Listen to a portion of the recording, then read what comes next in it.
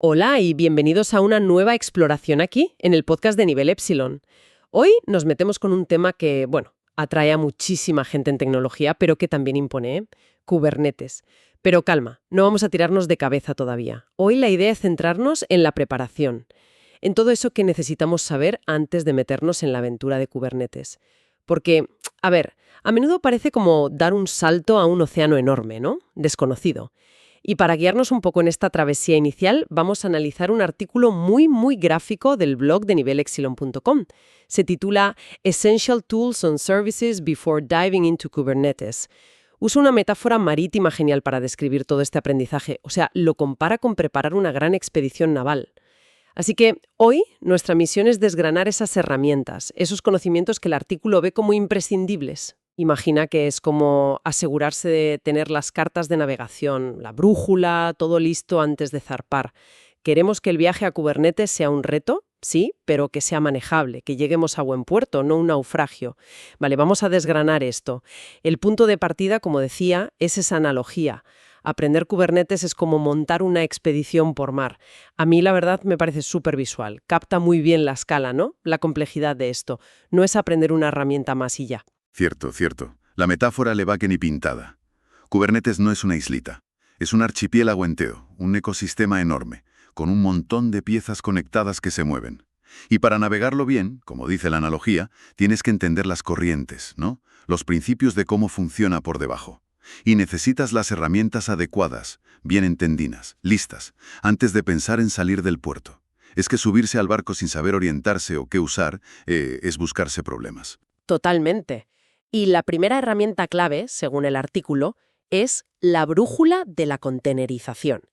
A ver, para quien esté empezando, ¿qué es exactamente esto de la contenerización? ¿Por qué es la brújula? Claro.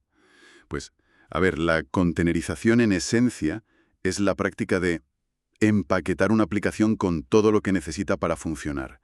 Hablamos del código, librerías, variables de entorno, la configuración, todo junto en un paquete estándar y aislado.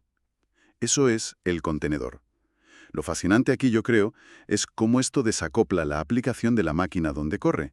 Te asegura que va a funcionar igual, da lo mismo si está en tu portátil, en un servidor de pruebas o en producción en la nube. El artículo lo compara muy bien con meter mercancías distintas en contenedores de barco. ¿Sabes? Esos de metal estándar robustos fáciles de mover. Pues esos contenedores de software son las unidades de carga, los barcos individuales que Kubernetes va a gestionar. Los va a escalar, los va a orquestar a lo grande.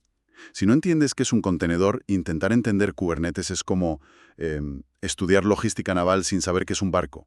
Es imposible. Entendido. Son como el ladrillo básico, ¿no? La unidad sobre la que trabaja Kubernetes.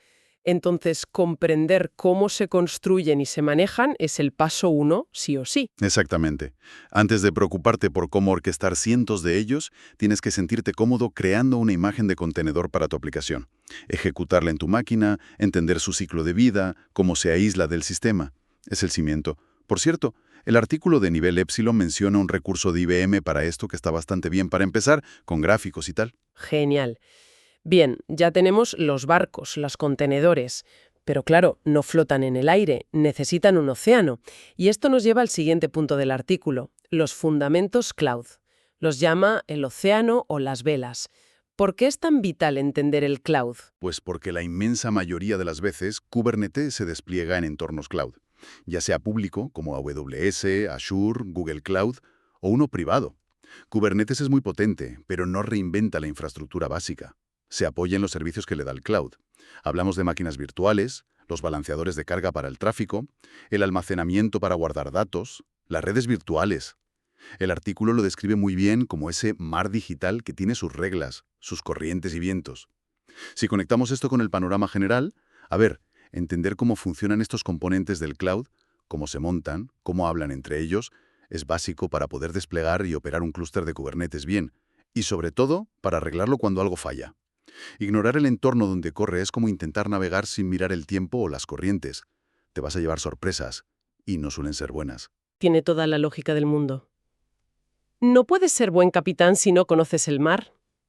Y el artículo también enlaza a material para explorar esto del cloud, incluso un vídeo para quien necesite reforzar ahí. Vale, El cloud es el mar.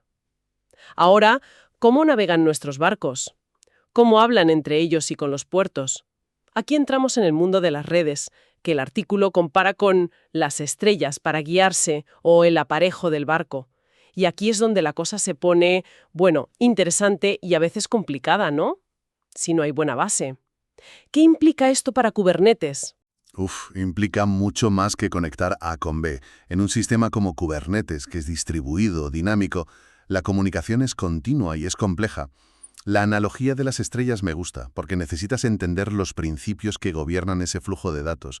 Hay que familiarizarse con conceptos como los proxies, directos e inversos. De hecho, el propio artículo remite a otros textos en nivel Epsilon sobre esto y sobre los API Gateways, que son como los controladores de tráfico, ¿no? Ajá, puntos de control. Exacto. Y luego, claro, entender bien el direccionamiento IP, cómo se asignan IPs a los pods, a los servicios, el DNS dentro del clúster, cómo se resuelven los nombres, los puertos, los firewalls, la segmentación y cómo viajan los datos entre nodos hacia afuera, desde fuera hacia adentro. La red es, de verdad, el sistema circulatorio del clúster. Un problema de red, una mala configuración, te puede paralizar todo. Y diagnosticar eso sin saber de redes es una pesadilla, créeme. Entendido. Es crítico, sí. Y parece un área donde saber de verdad marca la diferencia. No es solo que hablen, es saber cómo, qué mecanismos usan, qué los controla. Y de nuevo, el artículo sugiere una guía de IBM para meterse más a fondo en redes. Seguimos equipando el marco. Tenemos brújula, contenedores, conocemos el mar, cloud, sabemos orientarnos, redes. Ahora necesitamos las instrucciones, los planes, los manifiestos declarativos y el artículo los llama los mapas o las cartas náuticas.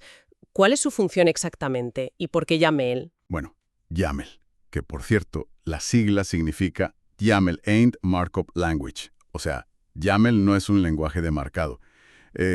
Se ha convertido en el estándar en Kubernetes para definir cómo queremos que estén las cosas. El estado deseado.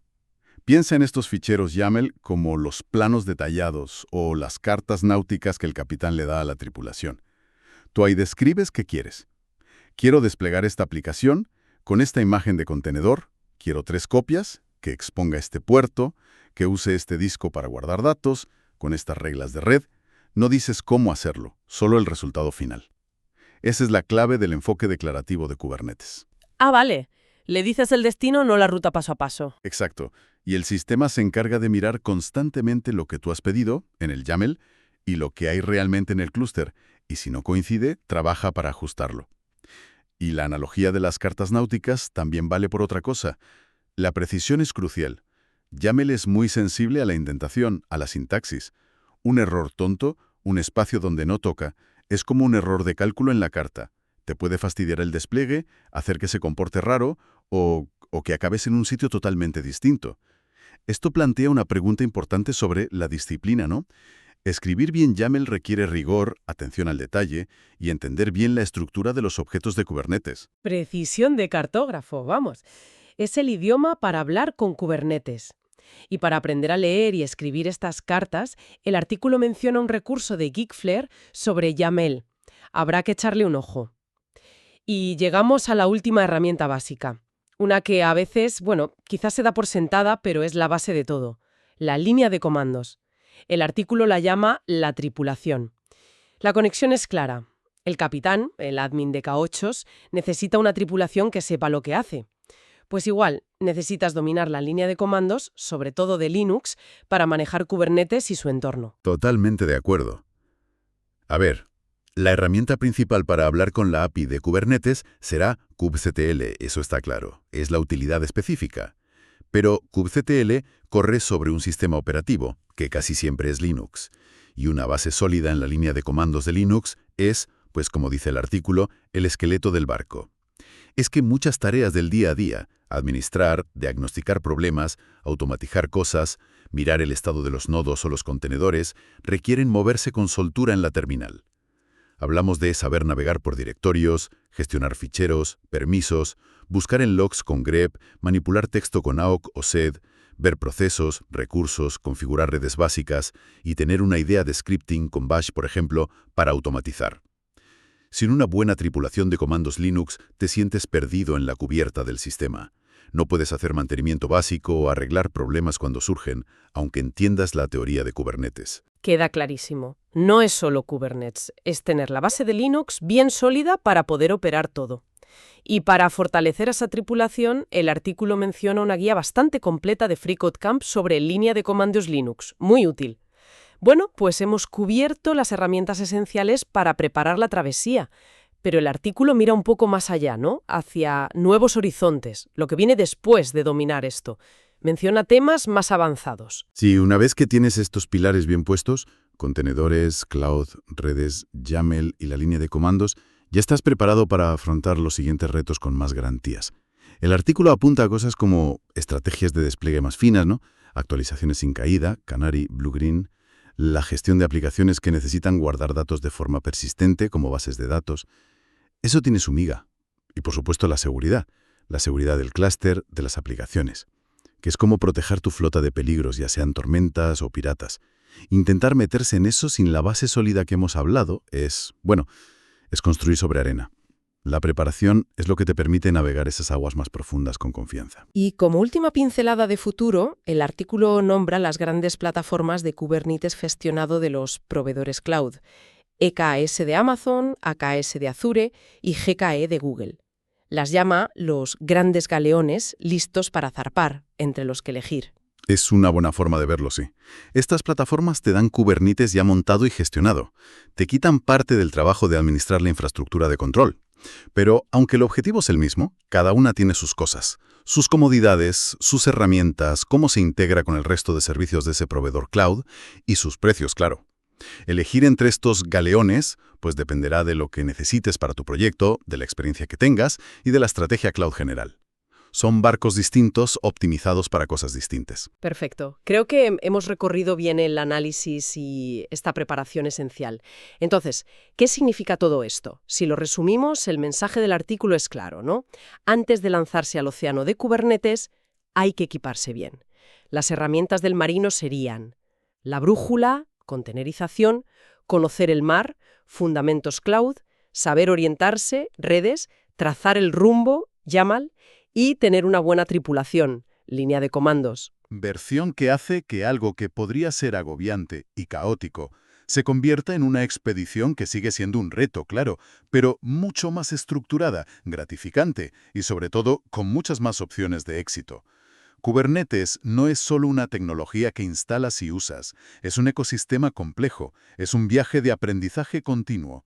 Y como en cualquier viaje largo y ambicioso, la buena preparación marca la diferencia entre disfrutar del camino o naufragar a la primera de cambio. Muy bien dicho. Y para terminar, como siempre, dejamos una idea para reflexionar. Al repasar estas 5 áreas clave, contenedores, cloud, redes, YAML, línea de comandos, ¿cuál de ellas supone ahora mismo la mayor laguna personal o el mayor desafío antes de empezar o seguir avanzando con Kubernetes? Quizás verlo con las metáforas del artículo, brújula, mar, estrellas, cartas, tripulación, ayude a enfocar el próximo paso en ese aprendizaje. Es solo una invitación a la introspección. Y, por supuesto, si alguien quiere profundizar en todo lo que hemos comentado hoy, recordad que tenéis el artículo completo en el blog.